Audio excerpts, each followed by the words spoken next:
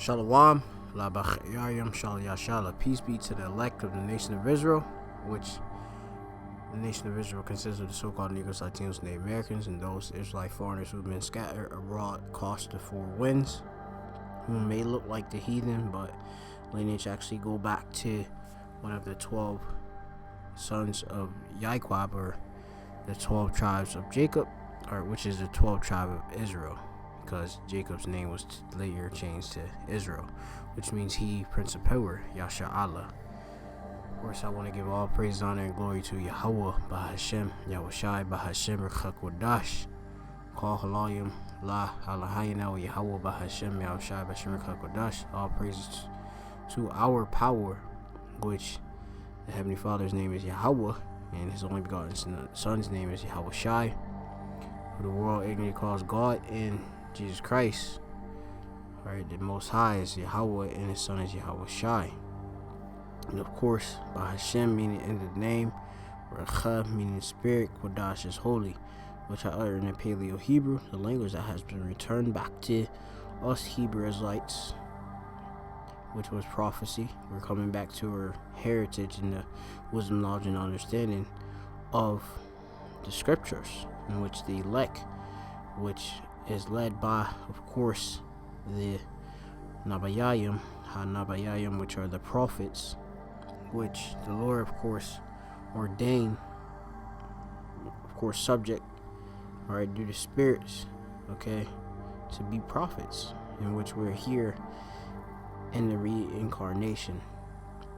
And of course, you have the rest of the 1/3, which are men, women, and children, which will believe in the words which the prophets speak, and will, of course, receive their salvation, the Wa, which is the mark of exemption from Mashapatiyam, the judgment, which is coming to Babylon the Great, which is America, and various other places across the world, okay, which this place is going out via a World War III, which will include ICBM fire, nuclear war, and also fire from the chariots of Israel, Rakabium, which means wheel, or chariots of Israel, which those, of course, are the so-called UFOs, or aerial phenomenons, which Esau Edom calls, and of course now at this time is admitting that they, of course, are true and exist, which we believe based on faith anyway.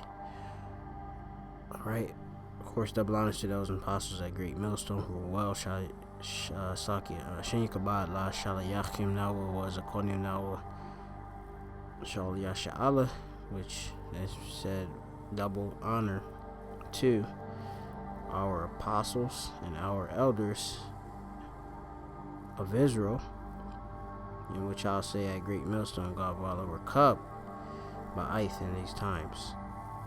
Shemiyah Mafa, my name is Mafa from the Great Millstone Plaintables Camp, located here, city of Philadelphia, coming with another Ma'at Lamadium, a little lesson through the Recha Kodash, Ma'amath of the Holy Spirit of Truth. So, if you haven't been checking out the news, a lot of things been occurring out there in the Middle East, which we defo are in the times of the end, Quatazah, which is end in Hebrew, and it more so proves it every day. The more we continue in times and the days get shorter, Yahweh Shem Yahushai draweth nigh. So it says here, Radiah, or Riyadh, I believe that is, which I believe that is referring to the Saudi Arabian, which that's, of course, going back to Yashama Allah, or Ishmael, so-called Arabs, gave no proof Tehran launched, which Tehran is Iraq, or Iran actually, Slakia, which are the Persians, Ayalam in Hebrew, which means young. It says launched an oil plant attack, but still expects U.S. to do its dirty work for them. I repeat again, Rada gave no proof Tehran launched an oil plant attack, but still expects U.S. to do its dirty work for them. And I'm going to read the article.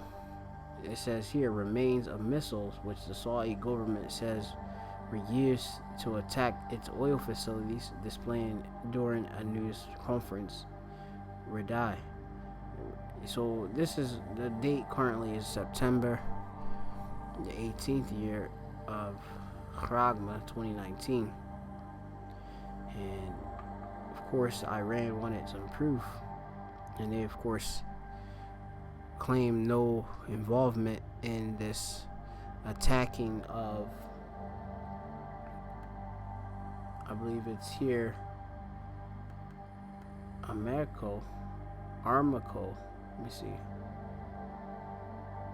Isn't it saying anything here? Let me check here. Search with Google. It's Armaco. It says here is Saudi Armaco.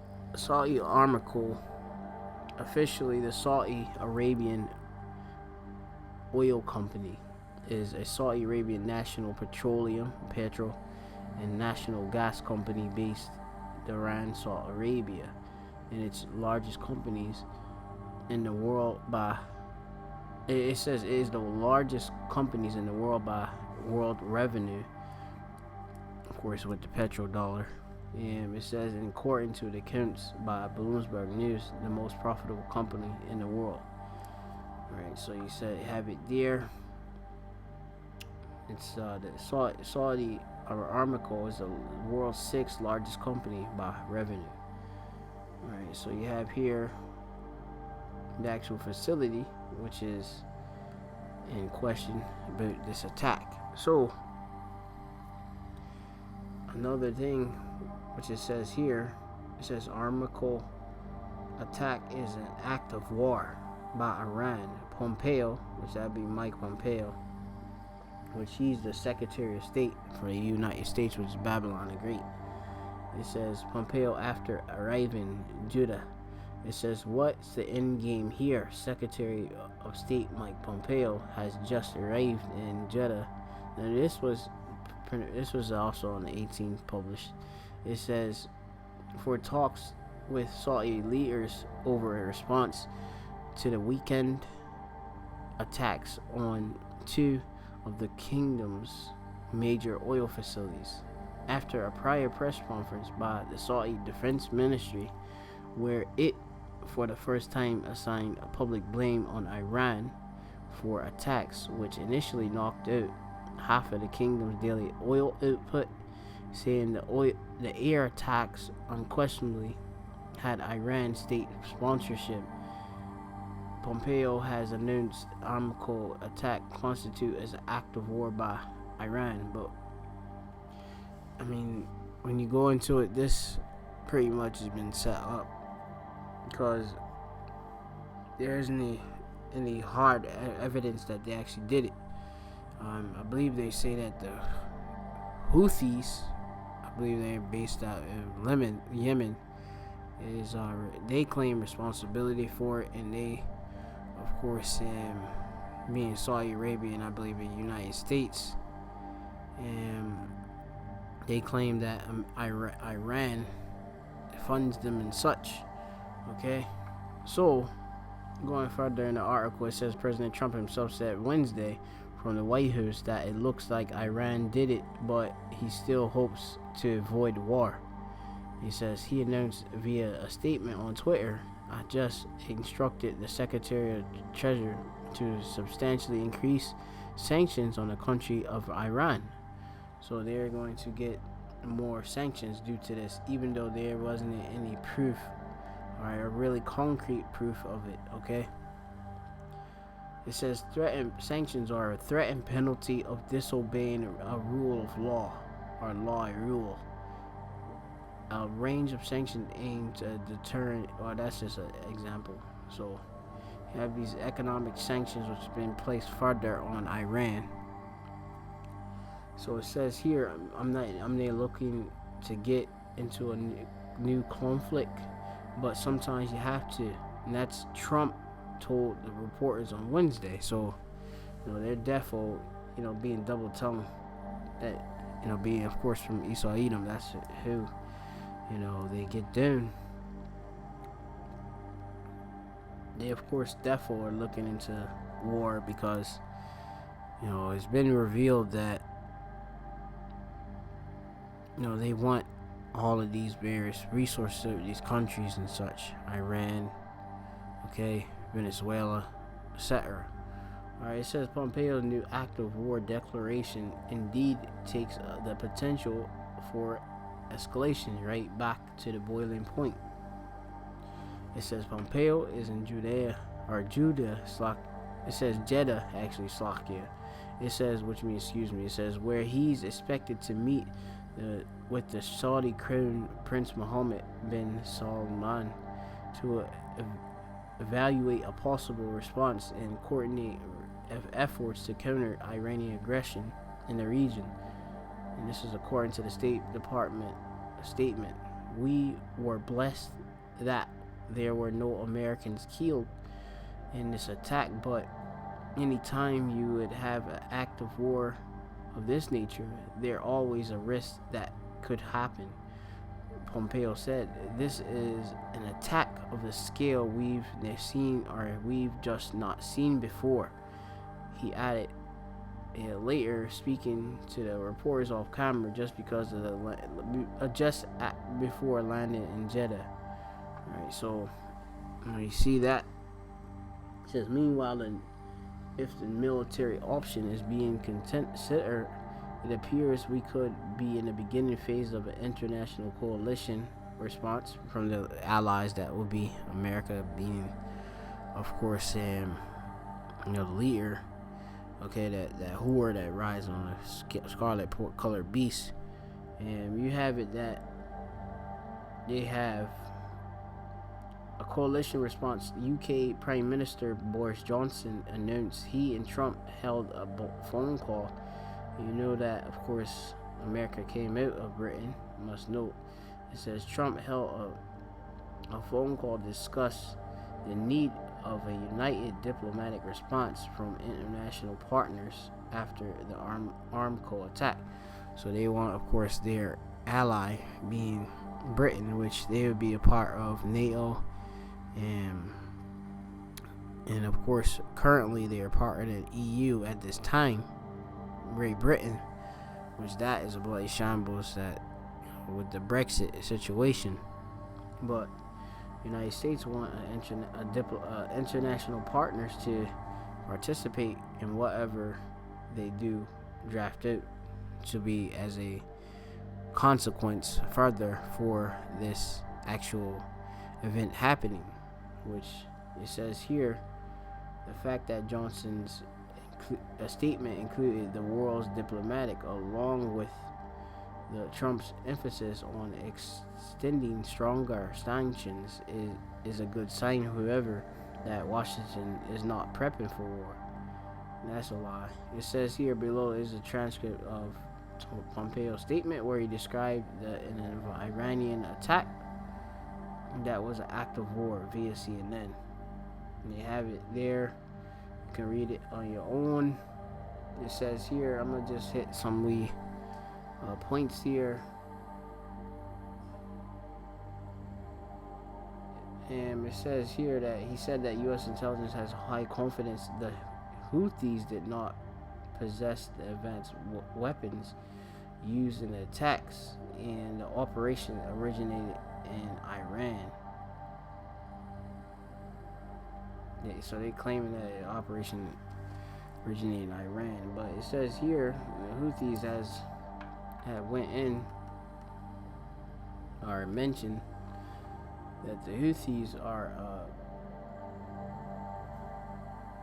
you have it there is Islamic political armed movement that emerged from Sadat in northern Yemen in the 1990s, and the movement called the Houthis because of its founder. Alright, that's basically it, what I'm going to bring out in that. It says here that we know that these are systems that Iranian or Slaki, I didn't read. Let me see. Let me get the rest. It says, as for who we know, the equipment used is unknown to be in Houthi arsenal. He said these line attack cruise missiles we have never seen there, and we would have seen most everything. So the intelligence community has a high confidence that these were not the weapons that we would have been in the possession of the Houthis. That's possible. It's probably, actually, it says, the most important piece of information. We also know that these are systems the Iranians have not deployed any place else, that they have not deployed outside of the country. In the best of our knowledge, we've not seen them deploy these types of UAV systems of these kinds of ranges and capabilities, nor have we seen them place these missiles where they could have done it. We've seen no evidence that came from Iraq, it says here Iraq. It says it could have traveled over Kuwait. We've not seen that. It says he called the Houthis liars and emphasized are not independent from Iran, but should be viewed as Tehran's direct proxy. So, of course, they have proxies. They work on the behalf of another, pretty much. You have, of course, these hired out armies and such, which America is a proxy for various countries. The state of Israel, I'm going to say. But anyway, going on, it says here, a proxy is the authority to represent someone else, especially in voting. That's what it says there. But a person authorized to act on the behalf of another. They basically gonna get another go between. Simple as that. All right, they do the of course, dirty work and such. All right. So they're claiming, right, that the Houthis are not they independent from Iran. Okay. And this, of course, is what happens with you have Babel, which is America, trying to point something onto Iran to, of course, invade and do whatever they want to do. Okay, extract resources, overthrow them. Okay, because of course the state of Israel sees them as a threat. Okay, via influence and such. But anyway, going on, it says, whenever you report about them, you say, the Houthis said, you should say the well-known frequent line, Houthis have said the following. This is important because you ought not to report them as if these truth tellers, as these people who aren't completely under the boot of the Iranians, and who would not, at the clear direction of the Iranians, lay claim attacks that they did not engage in, which clearly was the case here. Pompeo said, so there you go. Whenever you say Houthis, you should begin with the well-known, frequent, known to lie Houthis, and when you can write whatever it is they say, and that be good reporting or whatever. That's all I'm gonna bring up in this particular article. Okay, and you have here Wednesday, Saudi Defense Ministry press briefing showcased missiles, drone debris, and alleged evidence that the Iranian was behind the attack. When you go in here, like, they have some aerial actual evidence, so-called, or they actually brought this out. This is their evidence. Saudi Arabia is claiming, okay, to prove that it's Iran. They bring out this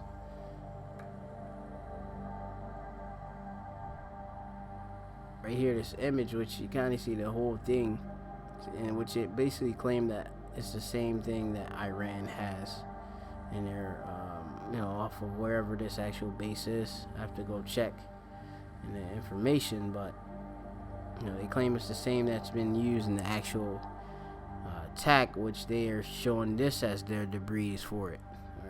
All right, so I'm gonna go to this. It says here that Saudi Arabia wants its allies to believe Tehran, and I must note, Saudi Arabia is an ally of Babylon, America. Okay. It says here to believe Tehran launched attacks on its oil facilities, even though the one thing their evidence proves is that Iranian-made arms. Even so, Donald Trump will unlikely green light a war against Iran. And now we have to know that there's a time and place for everything under the sun. We'll get that real quick. Let's see. It's gonna be so I can get a couple precepts. I'm reading a lot of information. Just want to, of course, cover it. All right, this is going to be the book of Ecclesiastes, chapter 3. It says, "To everything there is a season and a time to every purpose under heaven." Okay, so we know that there's times for everything that goes on. Okay, so I continue forward. It says, a time to be born, a time to die, a time to plant, and a time to pluck up that which is planted, a time to kill, and a time to heal, a time to break down, and a time to build up, a time to weep, and a time to laugh, a time to mourn, and a time to dance. Okay, I'm gonna go down. It says here, verse 8, it says a time, Ecclesiastes chapter 3 and 8, a time to love and a time to hate, a time of war and a time of peace. Right, we're in a time of war. Okay, but we're just waiting for the Lord to really make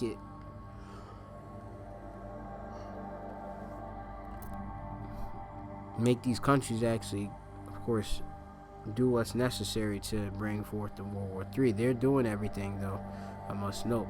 Just because you didn't see a missile being thrown over to the United States or wherever, that doesn't mean that World War III is not happening. It's definitely happening. Alright, it says here, I wanted to just bring out for the time for war. The war in Hebrew is Malchama. Alright, so it says, when you go into it, which Ith is time in Hebrew, La, you have a Hab, which that means a time. 2, La is 2. Hab is love. Wa in Ith time, La Shana, which La means 2, and Shana means to hate or hate. It says Ith, again time. You have Malchama, which that means battle or war. It says Wa Ith in time, and you have Shah Lawam, which that means peace. Okay, so just breaking that down in Hebrew, just so you can know that. Of course, knowing the force. Okay, the force is in the Hebrew. Okay, and I must note too, since we speak of a time for everything that goes under the sun and such, bring out this book of Habakkuk. Slakia. I'm just typing in. The second chapter.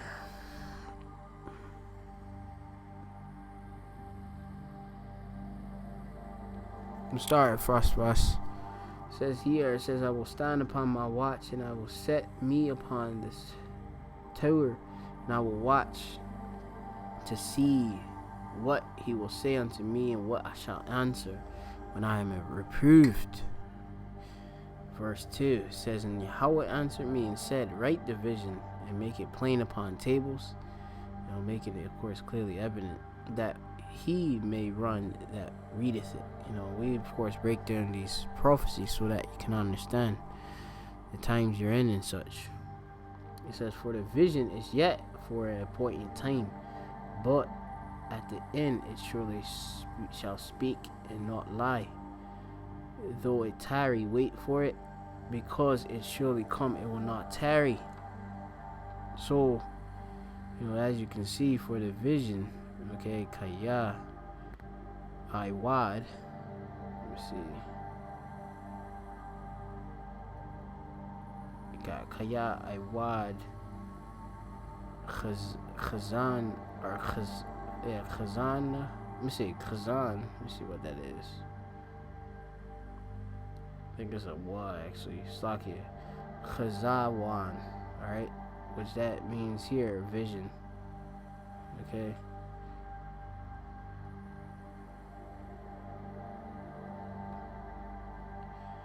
You have here, you go into it at the end, which is Quataza, right? La Quataza. I'm just going to it because I want an actual Vart. Slakia, I kind of lost my train of thought. But for a point in time, so Mawa'id, okay, which that of course again with seasons and such. A point in time, okay, point in season. Okay, we're in that point in time, okay, of World War III, the third woe, as the scriptures say. Alright, and these prophecies, which are, of course, the vision, which is given, alright, which vision that's here, Chazawan, which that means here, a vision, oracle, prophecy, which prophecy is to say before. And the Lord gave us these various prophecies, which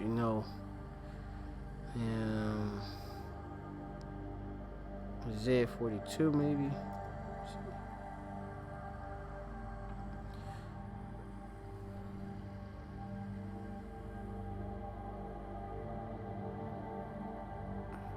We moment. This is Isaiah 42:9. It says, behold, the former things are come to pass, and new things do I declare. Before they spring forth, I tell you of them.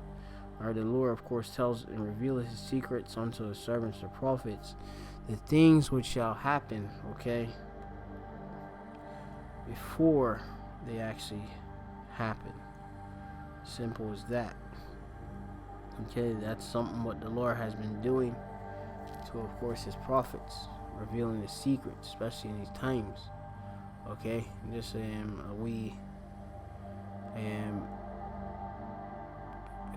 this is the book of Daniel Allah. Okay, chapter 2, and of course it goes into Nebuchadnezzar, who was a king, of course, going back to the Babylonian Empire and such. Okay, he was a Syrian.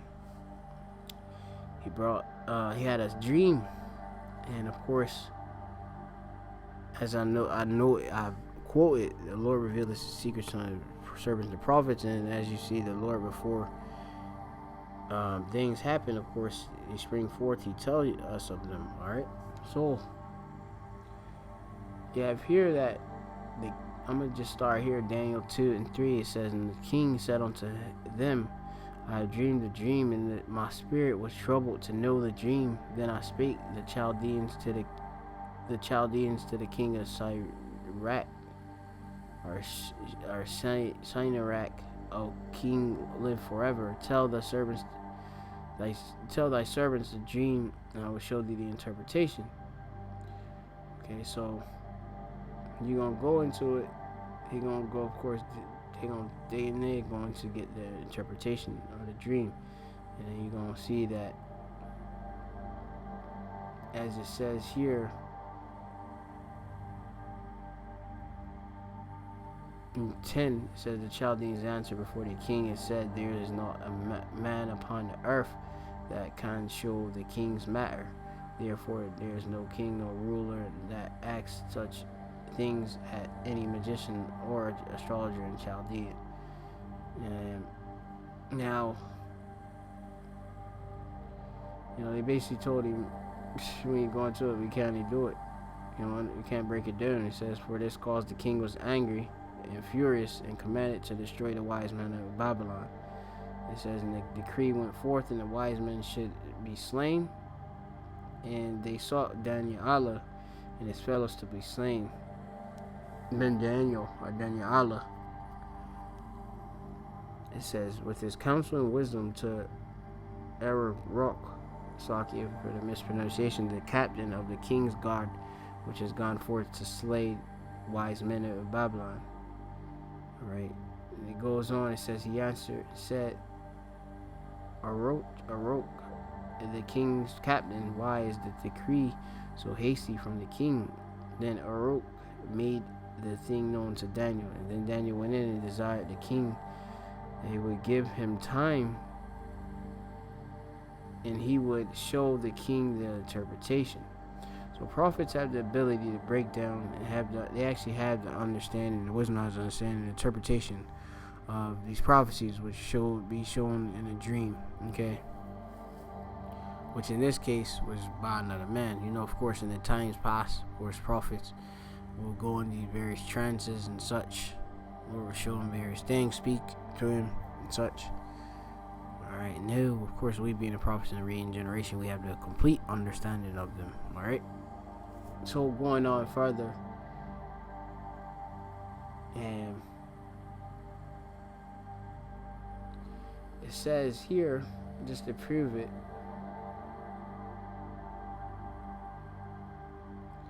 when you read, it says, then Daniel went to his house, and he made the thing known to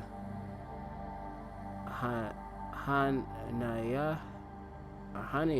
It says, Mishael and Azariah and his companions, they that would desire mercies of the power of heaven concerning the secret, it says, and Daniel and his fellows should not perish with the rest of the wise men of Babylon. Then that was the secret revealed unto Daniel in the night vision. Then Daniel blessed the power of heaven. Right? So you have it, the secret. Alright? They, of course, were revealed to the servants of prophets. Secret, which that's Raz in Hebrew. Raz, secret. A mystery. And Amos has a God again. Akona. Kayaka for you. It says here in verse 6 or verse 7, surely the Lord Yahweh will do nothing but revealeth his secret unto his servants the prophets. Again, the word for secret you got here, you got sawad, okay, which that's counsel, okay. Of course, the Lord is very intimate with us, familiar to tell us all these things. So we know, just, to cut a long story short, just in sum, we know that World War III, we're on the brink of it, okay? And it's due to the scriptures. But we know it's for a appointed time. Though it's terror, you gotta wait for it, okay? Because you have, of course, us looking upon it, but we can't, of course, haste above our Maker, alright? The Lord has his time when he's going to do things, okay? Let me see if I can find a precept that says, well, I quote it.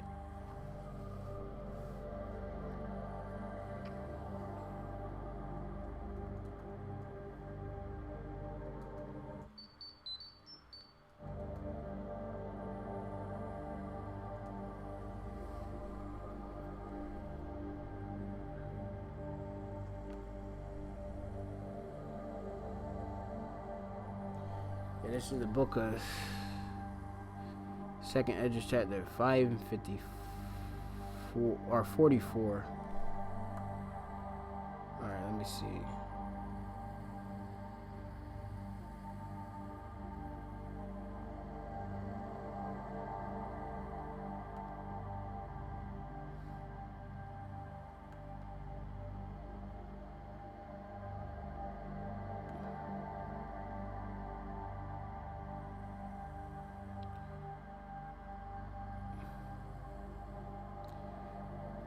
So this is again. You had Ezra. He fasted, and of course the Spirit dealt with him, showed him prophecies too. So going on, it says here. It says, and I'm gonna start here, verse 20. 2nd Ezra 5:20. It says, and so I fasted 7 days, mourning and weeping like Uriel, and the angel commanded me. And after 7 days, so it was that the thoughts of my heart was very grievous unto me again, and my soul recovered the spirit of understanding, and began to talk with the Most High again, and said, Yahweh bears rule over every wood of the earth, and of the tree, all trees thereof, and has chosen thee only, or thee one only vine. And of all the lands of the whole earth, or the whole world, thou hast chosen the one pit, and of all the flowers, therefore one lily. So the Lord has favorites. We are His favorites, the nation of Israel. All right, so going down. Verse 44. I'm gonna start actually at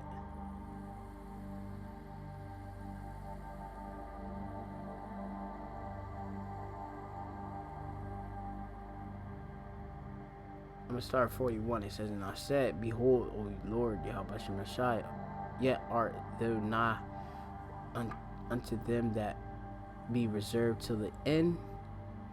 The Lord is therefore near His prophets. It says, and what shall they do that have been before me?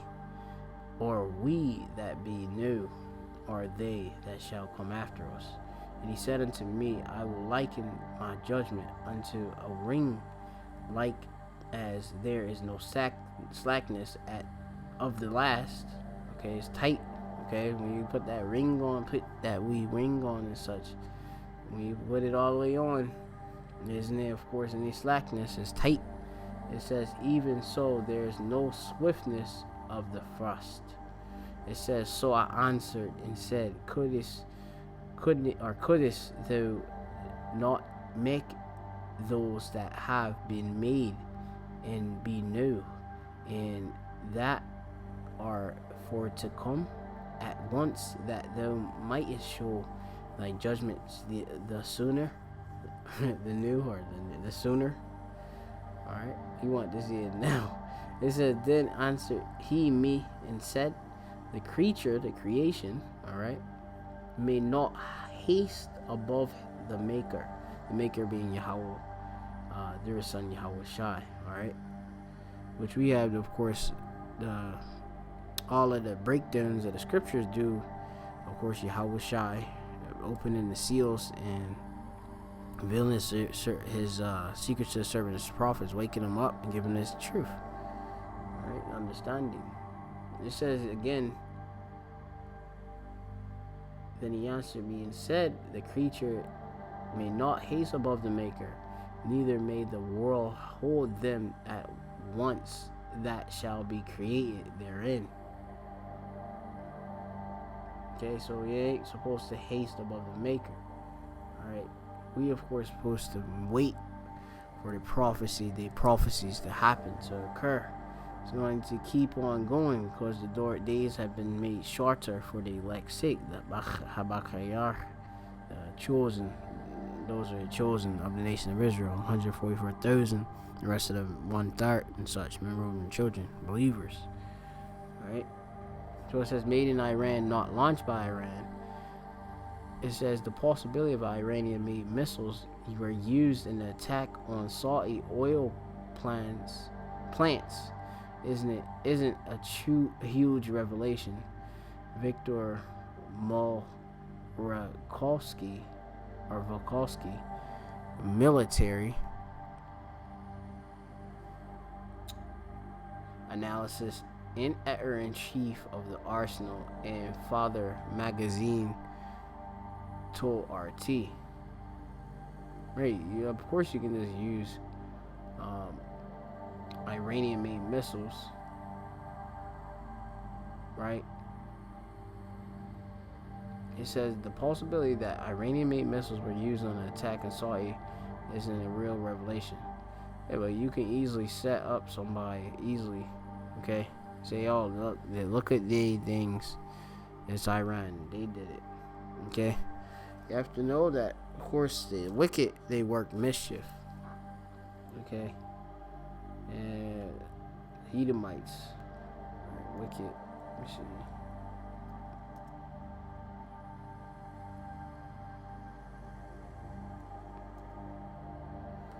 See if I can get a precept. Just going in the spirit.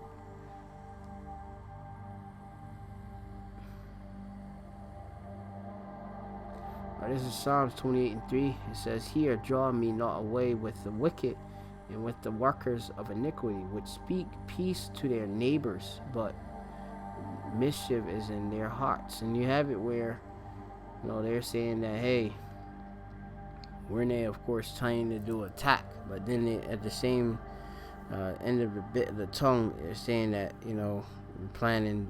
I believe it also they're planning something saying that cyber attacks is different, various options are on the table and such. All right. Look at this. It says here, you can start it, but how do you end it? Actual war in the Gulf would be devastating, and neither Iran nor the Saudis really want one. It says, for all the sounds of fury coming from Saudi Arabia, shooting war in the Gulf is not something Tehran or Riyadh want. Both U.S. and its allies know that Iran is much tougher nut to crack than Yemen. So of course, I believe Iran definitely have to have nuclear capability. And plus, they're backed by Russia, Gog and Magog, which is also of Erdogan. So it says, but can't admit so publicly. It says Saudi Arabia and the U.S. called Saturday's attack on the oil field and the refineries an act of war. Again, just repeating what was said. Okay.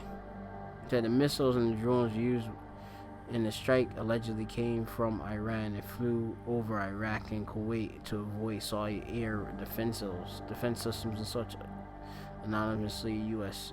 officials told reporters who published their claims on critically Riyadh showcased the fragments of Iranian-made weapons on Wednesday, but admitted it did not know what exact point of origin.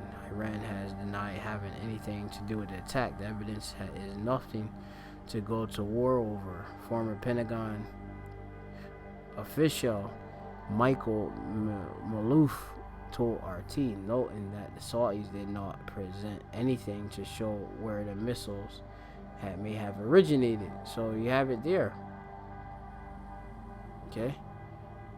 It says, I just remind the viewers about Iraq. Our weapon, which that WMD is weapons of mass destruction, right? Slam dunk intelligence they had in 2003 to launch the U.S., which that'd be false pretense. The U.S. invasion of Iraq. How did that go? Right? Yeah, it wasn't any proof. They did all of that, and they're still, of course, occupying these lands and such over there in the Middle East. It says Malouf noted that Iran was clearly warned both the U.S. and the Saudis that any military action would be met with a disproportionate response. It says targeted not just the U.S. bases in the region, but the oil infrastructure in Saudi Arabia and its ally, the UAE Emirates or United Arab Emirates. So nobody is going to go unscathed if things break out, and that's the last thing the world people want right now, because you can start it, but how would you end it? Right? And we know that it's going to the World War III, which is going to happen, with, as Isaiah chapter 9 says. It says, for every battle of the warrior is with confused noise and garments rolled in blood. Ancient battles fought, of course, with shield and buckler, on a field and just going and charging, chariots, meaning like horse-driven buggies and such. You go into that, horses. But going into it, but this shall be with burning and fuel of fire, and this is speaking about nuclear fire. That's what the third war is going to happen with. Okay, this is going to be the book of, I think is Revelation chapter maybe 9. Let me see what it says. Revelation chapter 8 and 13, it says, and I beheld and heard an angel flying through the midst of the Shemaim, or heaven, saying with a low voice, woe, woe, woe, woe, woe, right? Woe, woe, woe, which that's 3 woes, right? It says, to the inhabitants of the earth by reason of their voices, the trumpet of the 3 angels which are yet to sin. Okay? It said, whoa, whoa, whoa. Let me see if they got a precept, which goes into what I'm probably was going to go into. Right here, Revelation 9 and 12. It says, one woe is past, and behold, there come 2 woes more there hereafter. Okay? So there's going to be a World War III that's been prophesied. World War III that's mass destruction. Okay? Revelation 11:14, the second war is past, and behold, the third war cometh quickly. Alright? Cometh Kawash. Alright? Quickly. So, Saudi Arabia accuses Iran of sponsoring oil plant attack, says it could and have originated in Yemen. So the Saudis, all these different allies of, well, really I'm just speaking of the Saudis. Alright, they're going to be on the same playing field of what of course the Edomites say, the beasts. Okay, but ultimately it's the Edomites that want the war. Alright, so these other weaker nations, of course the Lord has his appointed time, which he's going to do his judgment, bring forth this war of Armageddon, the valley of decision, but we have to just wait. So with that, I'm just going to close out. Salakia if it was a bit too long for you, but I'm not. I'm there going to quench the spirit. With that, I'm going to give all praise, honor, and glory to Yahweh, Hashem Yahshai, Hashem Kokodesh, and double honor shells and apostles at Great Millstone. Whoa. Shalom to elect and stay looking. Shalom.